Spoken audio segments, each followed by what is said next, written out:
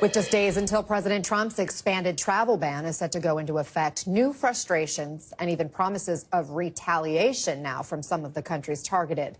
An advocacy group for Afghan refugees calling the country's inclusion a moral disgrace, which spits in the face of our allies. Venezuela's interior minister condemned the U.S. government as fascist, while the president of Chad said he's now suspending the visas of U.S. citizens in response.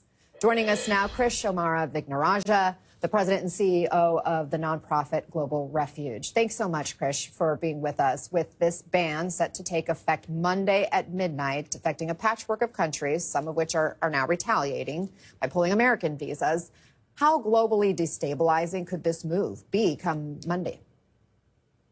I think we're only starting to see the beginning of how this dynamic will play out.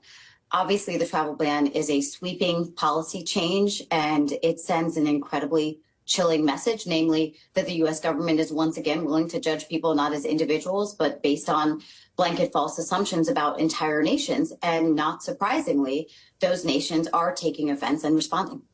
I know you have mentioned in particular vulnerable Afghans who will be affected. Why do refugees from there concern you in particular? These are Afghan allies who worked alongside our U.S. embassy. They protected U.S. soldiers. The idea that we would signal to those allies, to their families, that as a result of what's happening in their country, the very circumstances that they may be fleeing, in addition to Taliban retribution, that they are not welcome, I think is incredibly troublesome, especially because the administration is claiming that this is about national security. Us waging any 21st century war requires local allies. And if we turn our back on Afghans, I think it's a great example of what other countries, other local populations will see the next time we try to get their support. You had a powerful statement, your group releasing just after this ban was announced, these words, saying the ban could undermine our humanitarian leadership, delay or derail family reunifications, and significantly impact our economy and labor force. How do you see the ban affecting those currently here under refugee status who may have family members still abroad?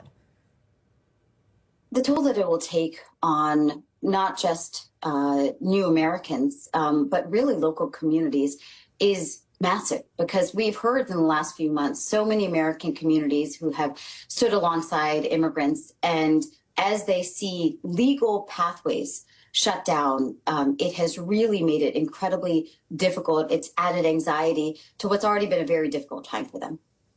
In 2017, we all remember after President Trump attempted his first travel ban, what many coined the Muslim ban, we saw major protests at airports and other places. Now, days, after this second ban beginning, or just before it begins, a couple days after this announcement, we haven't really seen the kind of outcry, well, at least not yet. Why do you think that is?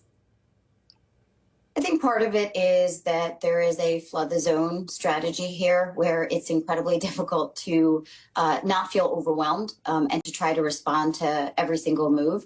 But I do think that there is a strong resistance to what we're seeing, because when we talk to local communities, when we go to congregations, there is a response. And what people say is that we're seeing an immigration policy that is wielded as a cudgel to stoke fear, to sow division, and ultimately to isolate ourselves.